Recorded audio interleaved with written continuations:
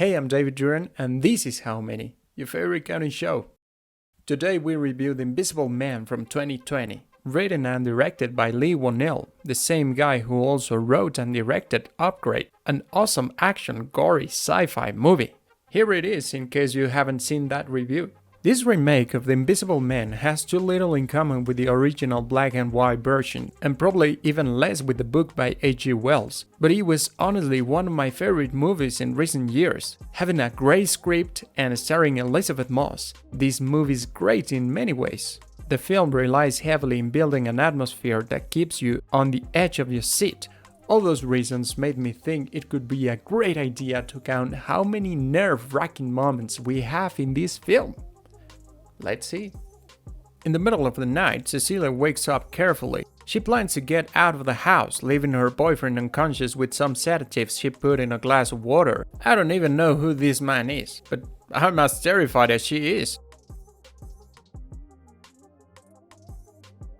She disables the security cameras.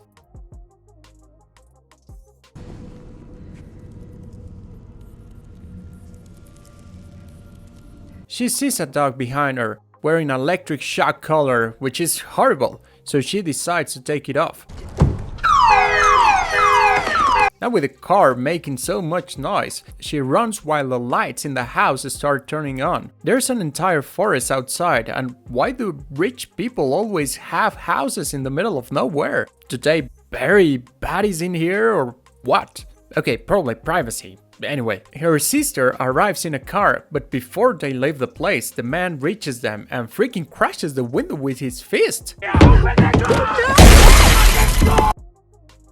2 weeks later, she's in a house with her sister's friend, James, who's also a police detective. She tries to get the mail, but as a man running outside gets closer, she freaks out, and let me tell you, I'd be scared too after what happened before. Cecilia's sister Emily arrives to the house with great news? Who knows, but Emily says Cecilia's boyfriend Adrian is dead of apparent suicide.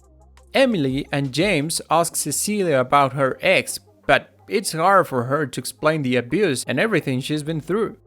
Later, or someday, time is not clear here, she receives a letter, which is creepy because that's not even her house, keep that in mind.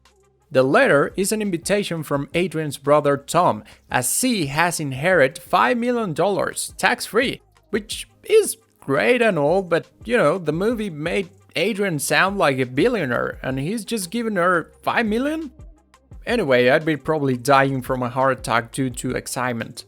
With the money, she buys a ladder, which is the best asset in the market right now. Actually, the ladder was just a joke. Well, I'm sure it will be useful, but the real gift for James and his daughter Sydney is a $10,000 account so Sydney goes to Parson in New York. By the way, she'll be giving her $10,000 more each month for the rest of the year. That's awesome. At night, she has a feeling someone is watching, and as this movie is called Invisible Man, you know someone is actually there. But if it wasn't clear enough, next morning, the Invisible Man plays a prank on C.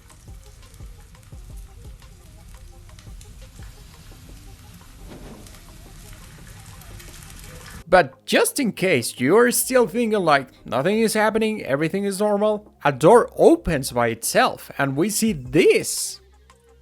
While Cecilia is sleeping, someone takes a blanket and a few pictures of her. The flash wakes her up, but we can actually see someone sitting on a chair. Oh, it's nothing. Well, she may go back to sleep, it was probably a dream. What? Fortunately, James comes over, and it seems like whatever was in there is now gone. Oh wait, so you mean all those moments showing the things the Invisible Man was doing were not actually meant to make his presence obvious to the audience, but to show how this stalker is a psychopath who wanted Cecilia to realize about his existence little by little, making her anxious and insecure and basically showing she's under his control, developing for her into the kind of relationship she had with her boyfriend without seeing that specific dynamic and setting Leigh Whannell as one of the best horror screenwriters in recent times? Great. C is having a job interview with a guy who could shoot bullets from his hands in Upgrade, but when he asks to take a look at her work, Cecilia notices there's nothing in there, plus she feels all dizzy and falls unconscious. The doctor says she had a very high dose of diazepam, the same drug she used with her boyfriend. She also finds those pills in the bathroom. Dang it! Cecilia talks to Tom, Adrian's brother, saying she knows Adrian is alive and she needs him to stop cause I'm sure there are a ton of better things to do if you're rich and alive, like playing golf. Is that what rich people do? She also talks to her sister, but that didn't go that well, as Emily talks about a very rude email Cecilia sent her before. Later, our main character checks her sent messages and yeah, it's quite rude, but she didn't write it, of course. Now Cecilia is really sad, but Sydney's there to help. Unfortunately, the Invisible Man is there too, and he hits Sydney just as if she had done it. Now Sydney and James leave the house because who knows? Cecilia questions Adrian or the hole because Adrian is invisible, so who knows if he's actually there. Anyway, she questions Adrian about his obsession with her, saying the reason is probably there are some things money can't buy, like she's love. So Adrian is obsessed with having her. In the middle of her speech, Cecilia calls Adrian and his phone rings in the attic.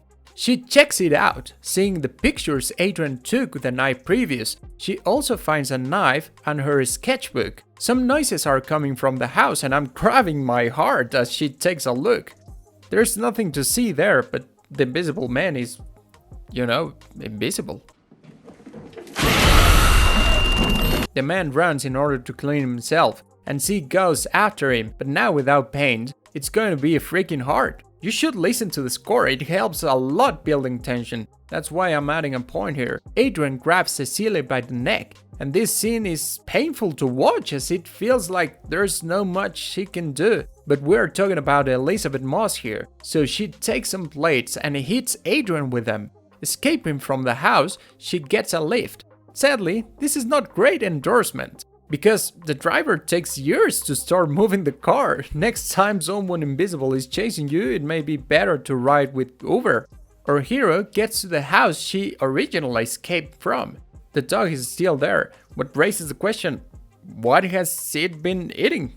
She opens a container she saw the day she left the house, apparently with nothing inside, but pushing some buttons here and there, she makes an invisibility suit appear in front of her eyes. The dog starts barking, but tells us someone else is there too. Cecilia takes the suit and hides it. When Adrian gets to the place she's in, she takes advantage seeing his footprint on the rug, hits him and runs. She meets with Emily in an Asian restaurant, but right when Cecilia starts to talk about the suit, a knife cuts Emily's throat, and the Invisible Man makes she take the weapon. Now she's taken to a mental facility, because she's saying all sort of things about invisibility. Wow, I could very well write songs. Surprise. Next day, she's questioned by the police, and guess who's there? My friend James. This couldn't be worse. She wants to talk, but she's worried Adrian could be listening. She's also informed she's pregnant. Oh my God! Tom meets with C, explaining he'll stop the money flow as she committed a crime. Wink wink. That's unless she accepts to have the baby and live with Adrian once more. Tom also says Adrian is done with all that stalking thing. That was clever, and I hope that's glue and not gum. Ew. That night, she takes the pen to kill herself, something Adrian is not letting happen. But guess what? That was a cover. Now with the suit appearing and disappearing, Adrian is more vulnerable. That doesn't stop him though from kicking everyone's ass there. Cecilia goes after him in a great scene where nobody knows where Adrian is hiding. He finally reveals himself, saying he'll hurt the people she loves as Cecilia is still fighting back. He escapes in a car, but C follows him with another vehicle she steals. On her way back to James' house, she calls him saying Sydney could be in danger. Adrian is there choking Sydney when James arrives, but even though that guy was buffed, he's no match for someone he can't see. That's brutal.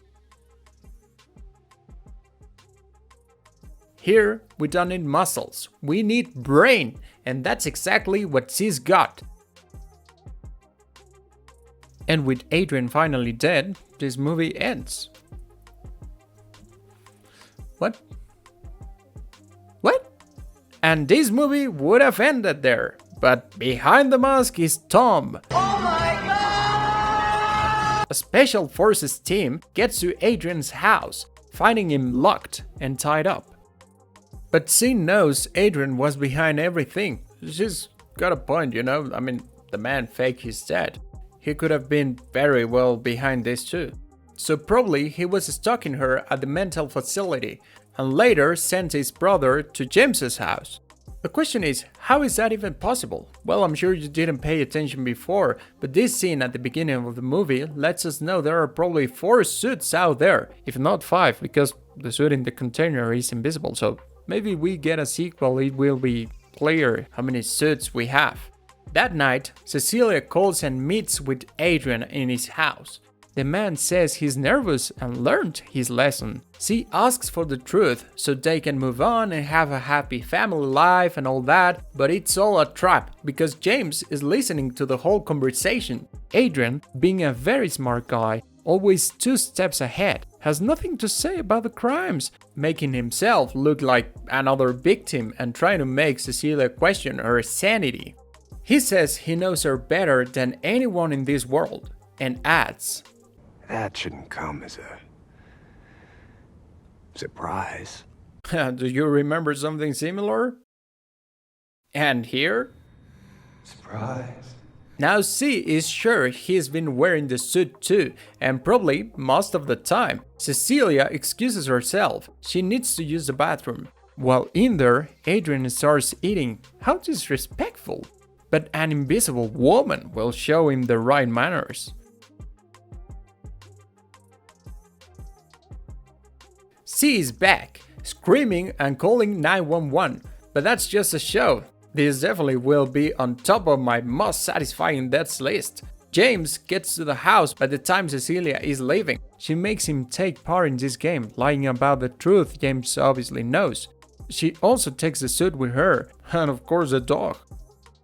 This was awesome. The script, performances and locations are great, and our count, it's also great.